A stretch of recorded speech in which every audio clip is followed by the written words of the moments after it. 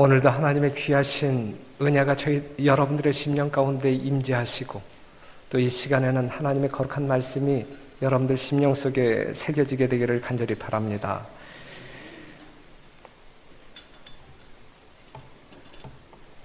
요한복음 21장 15절에서 23절에 있는 말씀을 보게 되면 여러분들이 잘 아시는 말씀, 예수님이 부활하신 이후에 갈릴리 바닷가에서 누구를 만납니까? 배반자 베드로를 만나죠. 그때에 예수님께서 베드로에게 질문하기를 요한의 아들 시몬아 내가 나를 사랑하느냐? 예수님은 베드로의 사랑을 확인합니다. 그것이 예수님의 제자가 될 수 있는 유일한 조건이기 때문에 그렇습니다. 예수님의 제자가 될 수 있는 유일한 조건이 뭐라고요? 하나님을 사랑하는 것입니다. 철저한 회개를 보인 베드로, 하나님의 양을 먹이고 관리하는 일에 충분한 자격이 있었습니다. 예수님은 그에게 양들을 관리하도록 사명을 부여하십니다. 사랑하는 성도 여러분, 우리 하나님은 능력 있다고 일꾼으로 쓰시는 것도 아니고 배반한 경력이 있다고 해서 안 쓰시는 것도 아닙니다. 하나님이 필요로 하는 사람은 어떠한 사람이에요? 진실되게 회개한 사람, 진심으로 주님을 사랑하는 사람을 통하여 하나님께서 하고 싶은 큰 일을 이루십니다. 요한의 아들 시몬아 내가 나를 사랑하느냐? 그렇다라고 이야기할 때 내 어린 양을 먹이라, 내 어린 양을 치라, 내 양을 먹이라 라고 이야기를 해요. 양을 관리해야 할 베드로에게 우리 주님께서 뭐라고 질문했어요? 요한의 아들 시몬아 내가 나를 사랑하느냐? 누구를 사랑하느냐고요? 나를 사랑하느냐? 그러면서 이 양을 맡기거든요. 양을 맡겨야 할 베드로에게 야 지금 내 옆에 있는 그 영혼을 네가 사랑하느냐? 라고 물은 것이 아니에요. 그렇죠? 나를 사랑하느냐? 이 이야기는 뭡니까? 하나님을 사랑한다라고 말하는 사람들은 자연적으로 누구를 사랑할 수밖에 없다는 이야기예요. 이웃들을 사랑할 수밖에 없다는 이야기예요. 하나님은 사랑하고 이웃은 사랑할 수 없는 그리스도인은 존재하지 않습니다. 맞습니까? 분명히 하나님을 사랑하는 사람들은 자연스럽게 본능적으로 영혼들을 뭐 할 수밖에 없어요? 사랑할 수밖에 없는 거예요. 그러니까 나를 사랑하느냐라고 묻고 사랑한다라고 이야기하니까 그 정도면 자격이 충분해. 내 양을 치라, 먹이라, 치라라고 이야기하는 것이죠. 그리고 난 다음에 우리 예수님께서는 베드로의 인생을 논합니다. 18절 같이 시작. 내가 진실로 진실로 내게 이르노니 젊어서는 내가 스스로 띠띠고 원하는 곳으로 다녔거니와 늙어서는 내 팔을 벌리리니 남이 내게 띠띠우고 원치 아니하는 곳으로 데려가리라 그랬어요. 이 말씀은 무슨 말씀이냐면 베드로야, 젊어서는 네가 원하는 대로 살았지만 늙어서는 내가 원하지 아니하는 삶을 살 수도 있어 라고 이야기하는 거예요. 사랑하는 성도 여러분, 우리가 회심하기 전에는 예수님을 알고 우리의 죄를 회심하기 전에는 우리 멋대로 우리 삶을 살았지만 회심한 후에는 멋대로 살지 않는다 이것이죠. 예수님을 알기 전에는 우리가 내 멋대로 나의 삶을 살았지만 예수님을 안 후에는 내 뜻대로 사는 인생이 아니라 누구의 뜻대로 사는 인생? 예수님의 뜻대로 사는 인생을 살게 된다 이것입니다. 사명이 있는 사람은 그 사명을 이루실 자의 삶을 사는 것이죠. 여러분들은 누구의 사명을 부여받았습니까? 여러분들에게 사명을 부여한 분은 누구신가요? 우리 하나님이시잖아요. 그렇기 때문에 사명을 이루어야 할 우리들의 삶은 바로 누구의 삶이어야 맞는 거예요? 하나님의 삶이어야 된다. 하나님의 계획대로 살게 되는 것입니다. 내 멋대로 내 생각대로 살 수 없는 것이 오늘 우리들의 모습이죠. 그래서 예수님께서는 베드로에게 너는 이제 노년에 이렇게 될 거야. 양들을 돌보는 일에 하나님께 충성을 다하다가 결국 늙을 것이고 늙은 다음에 착고에 채워 원치 아니하는 곳에서 두 팔 벌려 죽을 것이야 라고 이야기하죠. 베드로는 이렇게 살다가 이렇게 죽을 것입니다. 베드로가 그러한 이야기를 예수님께 들었을 때에 그것을 거부했습니까? 예수님, 내가 이렇게까지 하나님께 충성을 한다라고 하면 내가 죽을 때만이라도 좀 편하게 죽게 만드셔야지. 예? 하나님의 이야기를 거부합니까? 아니죠. 그대로 수용합니다. 내가 그렇게 죽는 것이구나. 그대로 수용하죠. 그리고 예수님께서는 그러한 죽음이 하나님께 영광이 될 것이라고 말씀하셔요. 이 말씀을 하시면 베드로가 어떠한 죽음으로 하나님께 영광을 돌릴 것을 가르치심이로라. 이 말씀을 하시고 베드로에게 이르실 때 나를 뭐하라? 따르라 하시니. 별내교회 성도 여러분, 여러분들은 어떻게 죽기를 원하십니까? 김진옥 집사님은 어떻게 죽기를 원하십니까? 어떻게? 베드로처럼 십자가에 거꾸로 매달려 죽기를 원하십니까? 아니면 야고보처럼 목베임을 당하여 죽기를 원하십니까? 아니면 스데반처럼 돌에 맞아 죽기를 원하십니까?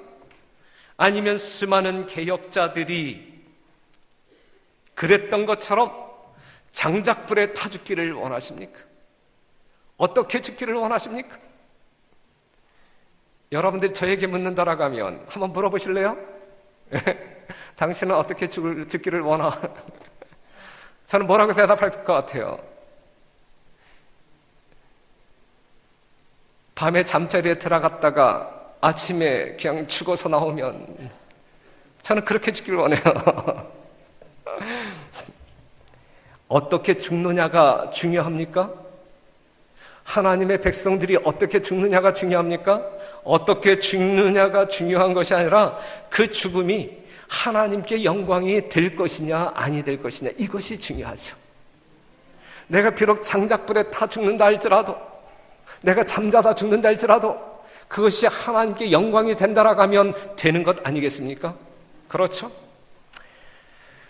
그러한 죽음을 맞이하시는 여러분과 제가 되기를 간절히 바랍니다. 하나님은 하나님을 사랑하는 모든 사람들에게 선교적 사명을 주셨습니다.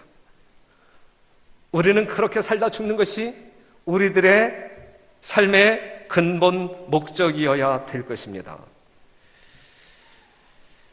하나님은 모든 사람들의 인생을 인도하실 때에 동일한 방법으로 인도하시나요? 아니면 다른 방법으로 인도하시나요? 다른 방법으로 인도하셔요.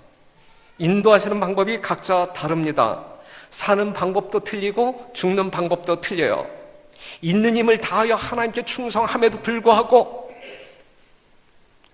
세상에서 온갖 고난은 다 경험하고 찌질이 가난하게 사는 사람들도 있고, 그냥 연양 사는데도 모든 기도를 다 응답해 주는 듯, 그리고 아주 편하게 사는 사람들도 있어요.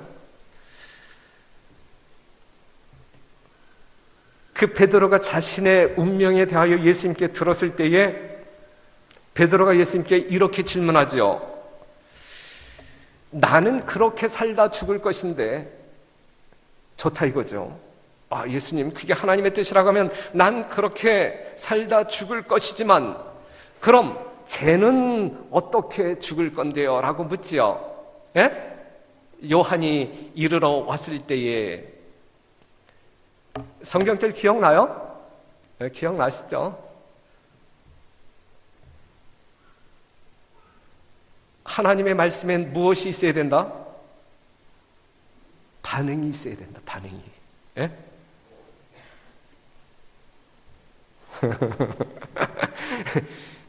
이 말씀이 무슨 말씀인지도 잘 모르시죠? 이제 베드로에게 이제 이렇게 이제 네가 죽을 것이다라고 이야기했을 때, 아, 좋다. 그런데 그때 마침 누가 오고 있었냐면 요한이 왔었어요. 그때 예수님이 요한을 가리키면서, 예수님, 나는 늙어서 그렇게 죽을 것인데 쟤는 어떻게 죽을 건가요? 라고 질문을 했단 말이죠. 그때 예수님께서 뭐라고 대답하셨냐면, 예수께서 가라사대 내가 올 때까지 그를 머물게 하고자 할지라도 내게 무슨 상관이냐? 너는 나를 따르라 하시니라 그랬어요. 너는 그렇게 죽고 요한은 내가 올 때까지 살려둔다 할지라도 그것이 너와 무슨 상관인데, 상관하지 말고 너는 나만 바라보고 따라와 라고 이야기하는 거예요. 그렇죠. 요한을 보지 마. 넌 그냥 나만 보고 따라와 라고 지금 예수님 말씀하고 있는 것이거든요. 사랑하는 성도 여러분, 다른 사람 보지 마세요. 여러분이 누구만 보고 따라가면 되는 거예요? 예수님만 보고 따라가면 문제가 없는 거예요. 맞습니까? 분명히 예수님은 그것을 이야기하고 있어요. 예수님을 따라가시는 여러분, 오직 예수님만 바라보고 따라가시는 여러분과 제가 되기를 간절히 바랍니다. 사명을 이루기 위해 사는 사람들은 자신의 삶을 다른 사람의 삶과 비교하지 않습니다. 비교하면 반드시 시험에 빠지게 되세요. 절망하든지 교만하든지 비교해서는 안 되는 거예요. 성경을 보게 되면 한 달란트 받은 사람이 있고, 2달란트 받은 사람이 있고, 5달란트 받은 사람이 있어요. 그렇죠? 이 달란트를 사람들에게 주신 분은 누구예요? 하나님이에요. 하나님. 그런데 하나님께서 나에게 1달란트 주셨는데 내가 5달란트 받은 사람과 비교한다고 하면 내가 절망하겠습니까? 절망하죠. 5달란트 받은 사람이 1달란트 받은 사람과 비교하게 될 때에 교만할 수 있어요? 자만할 수 있어요? 자만할 수 있는 거예요. 마태복음 25장 15절, 각각 그 재능대로 하나에게는 금 5달란트를, 하나에게는 2달란트를, 하나에게는 1달란트를 주고 떠났더니 요강으로 쓰시든 꿀단지로 쓰시든 그것은 토기장의 마음입니까? 토기장의 마음이에요. 여러분들을 요렇게 쓰시든 저렇게 쓰시든 여러분들에게 달란트를 주시는, 여러분들을 쓰고 싶어 하시는 누구의 뜻입니까? 하나님의 뜻이란 말씀이죠. 예레미야 18장 1절, 여호와께로부터 예레미야에게 임한 말씀에 가라사대 너는 일어나 토기장의 집으로 내려가라. 내가 거기서 내 말을 내게 들리리라 하시기로 내가 토기장의 집으로 내려가서 본즉 그가 농로로 일을 하는데 진으로 만든 그릇이 토기장의 손에서 파상하매 그가 그것으로 자기 의견에 선한 대로 다른 그릇을 만들더라. 때에 여호와의 말씀이 내게 임하니라. 가라사대 나 여호와가 이르노라. 이스라엘 족속아 이 토기장이 하는 것 같이 내가 능히 너희에게 행하지 못하겠느냐. 이스라엘 족속아 진흙이 토기장이의 손에 있음같이 너희가 내 손에 있느니라 그랬어요. 이 말씀 동의하십니까? 이 말씀 하나님의 절대적인 주권임을 여러분들 심령 가운데 받아들이십니까? 여러분들이 쓰임 받는 대로 그냥 순응하시겠습니까? 만족하시며 하나님께 영광 돌리시기를 바랍니다. 디모데후서 2장 20절 큰 집에는 금과 은의 그릇이 있을 뿐 아니요 나무와 질그릇도 있어 귀 쓰는 것도 있고 친히 쓰는 것도 있나니 그러므로 누구든지 이런 것에서 자기를 깨끗하게 하면 귀 쓰는 그릇이 되어 거룩하고 주인의 쓰심에 합당하며 모든 선한 일에 예비함이 되리라 그랬어요. 우리가 작게 쓰임을 받던 크게 쓰임을 받던 하나님의 영광을 위하여 귀히 거룩하게 쓰임을 받으면 그것이 하나님께 영광이 되지 않겠습니까? 그러기 위해서는 우리가 어떠한 그릇이든지 그 그릇을 뭐하게 하는 자이어야 되는 거예요. 깨끗하게 만드는 자이어야 될 거예요. 아무리 금으로 만들어진 그릇이라 할지라도 그 그릇이 더럽다고 하면 하나님께서 결코 쓰실 수 없는 그릇이 될 것이고 비록 나무로 만들어진 그릇이라 할지라도 그 그릇이 정결하다고 하면 하나님께서는 귀하게 거룩하게 하나님의 뜻을 이루는데 사용하실 것이란 말씀이죠. 그렇기 때문에 여러분 다른 사람들과 비교하지 마시고 오직 하나님께서 부르신 목적대로 사용되어지시는 여러분들이 되기를 바랍니다. 히브리서 12장 2절에 있는 말씀 같이 읽겠습니다. 시작.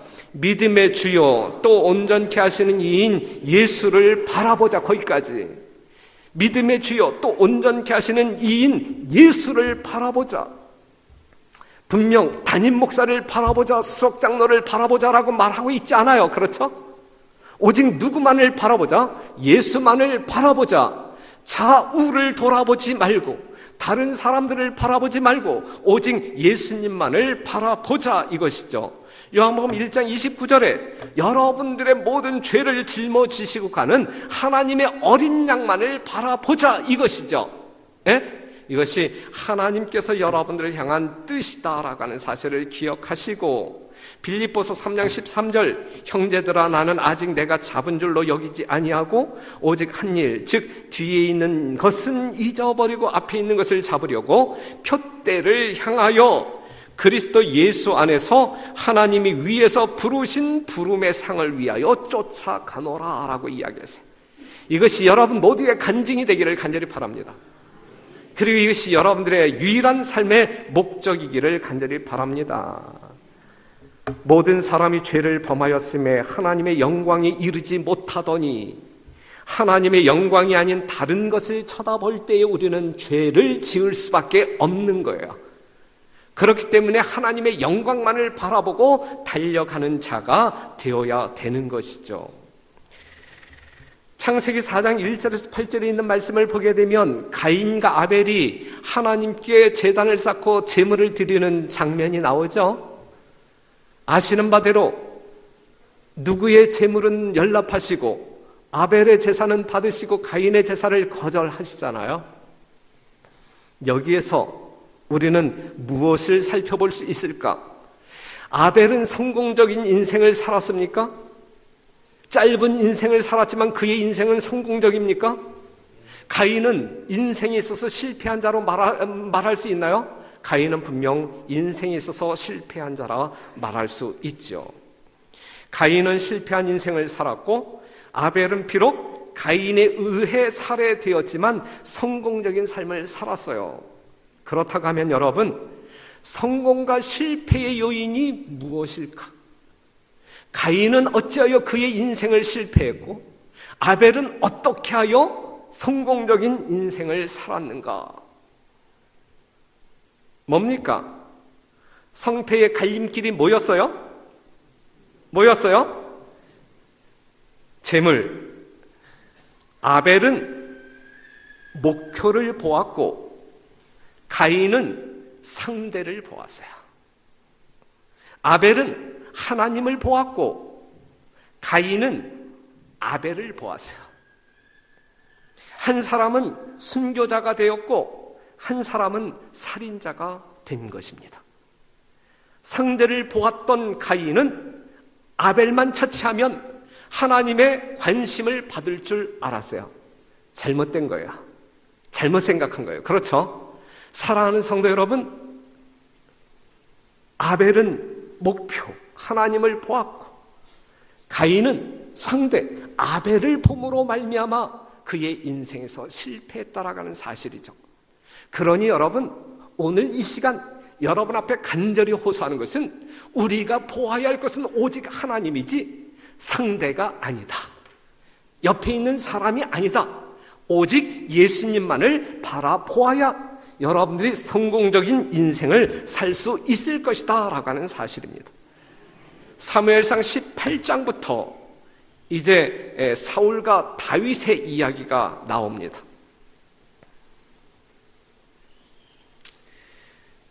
사울이라고 하는 사람이 맨 처음에 달릴 때에 하나님을 보고 달렸습니까? 하나님을 보고 달렸어요. 그렇죠? 하나님을 보고 달리던 사울이 언제부터인가 누구를 보고 달리기 시작했어요? 다윗을 보고 달리기 시작했어요.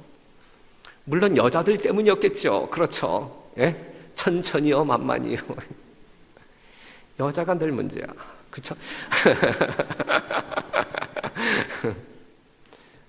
오늘 제가 점심을 얻어먹을 수 있을지도 모르겠네. 여하튼 하나님을 보고 달리던 사울이 언제부터인가 누구를 보고 달리기 시작했어요? 다윗을 보고 달리기 시작했어요.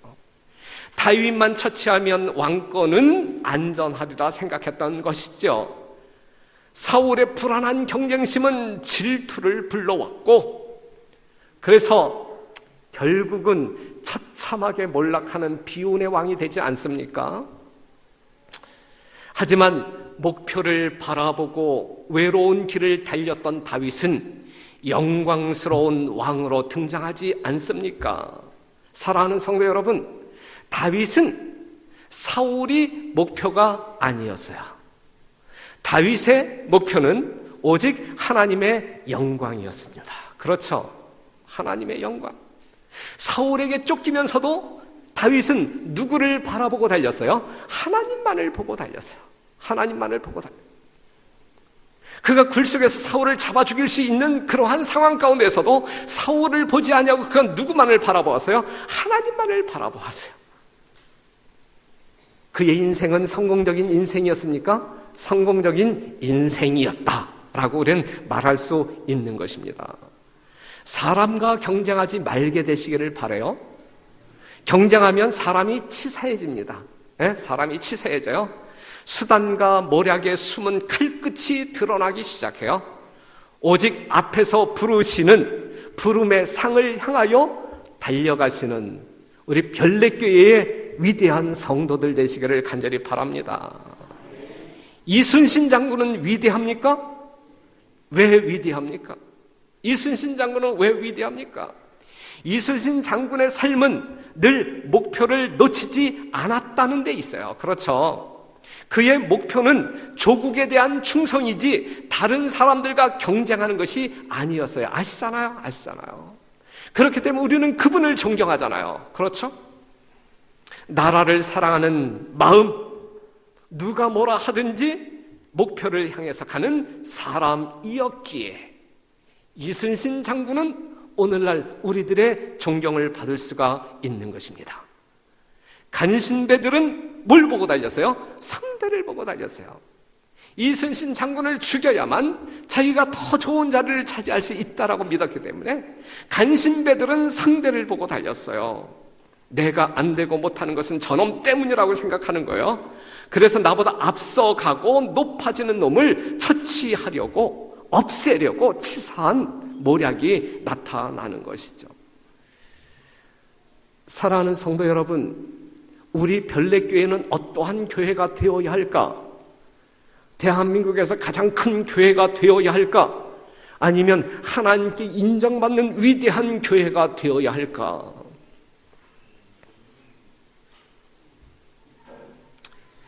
여러분들은 이 세상에서 가장 인기 있는 사람이 되고 싶은가?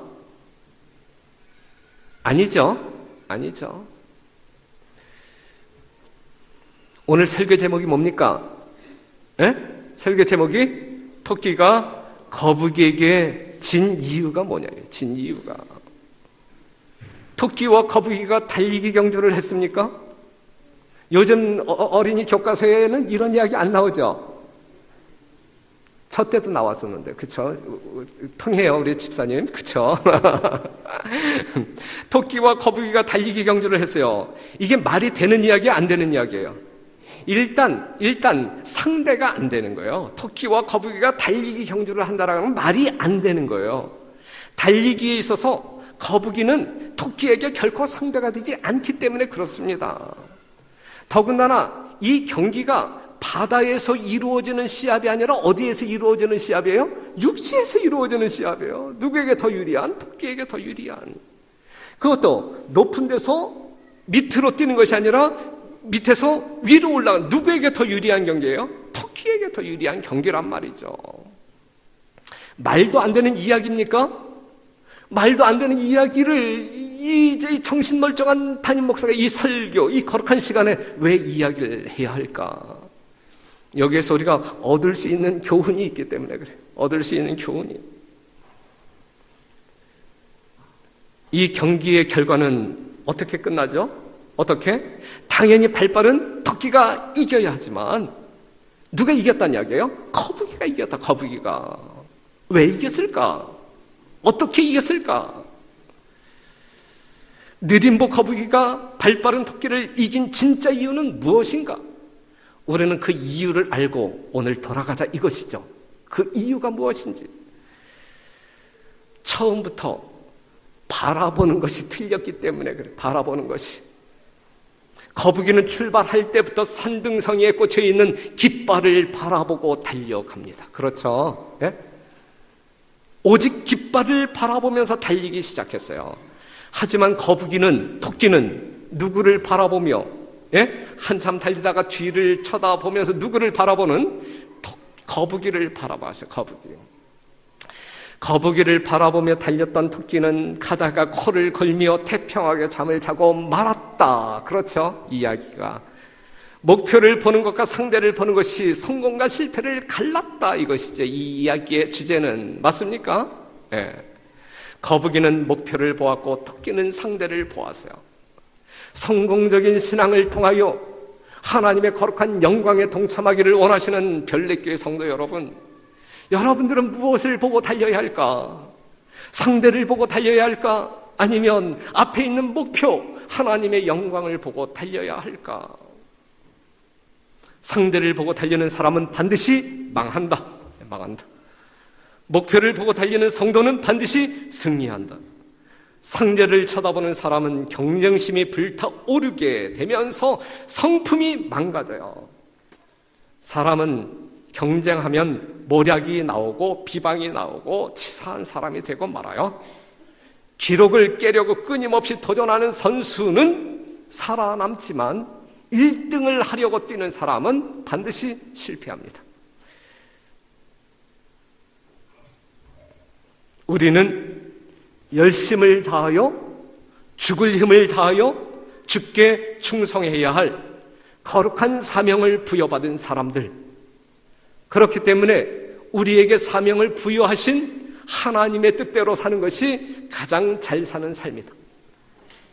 베드로가 젊어서는 자기 멋대로 살았지만, 우리가 예수님을 알기 전, 회심하기 전에 우리 멋대로 살았지만, 예수님을 알고 회심한 이제 우리의 삶은 내 멋대로 사는 인생이 아니라 나를 구속하신, 나에게 사명을 부여하신 하나님의 목적대로 사는 것이 성공적인 삶을 사는 것이다라고 하는 사실을 여러분들 심령 가운데 유념하시고 그렇게 함께 살도록 노력하자 호소합니다. 사도행적에 있는 말씀, 그들이 그분의 순결하고 거룩한 생애를 명상할 때에, 요즘 우리가 저녁 시간에 공부하고 있는 그 예수님의 생애를 명상할 때에 만일 그들의 생애로 그리스도의 품성의 아름다움을 증거할 수만 있다면 너무 힘들어서 하지 못할 수고나 너무 커서 못할 희생이 없다는 것을 느꼈다 그랬어요. 예수님을 바라보고 사는 사람들은 이렇게 살 수밖에 없다는 이야기예요. 신앙이 고되고 힘들다는 이야기예요. 너무 즐겁다는 이야기예요. 정말 더 하지 못해서 안달나는 성도들이 되어야 생명 있는 성도 아니겠습니까? 하나님의 영광을 위하여 하나님의 몸된 성전을 건강하게 만드는 일에 있어서 우리가 더 하지 못할 것이 없어서 남이 다 해버리면 내가 할 일이 없으니까 억울해야, 이게 정상적인 성도들의 삶이 아닐까.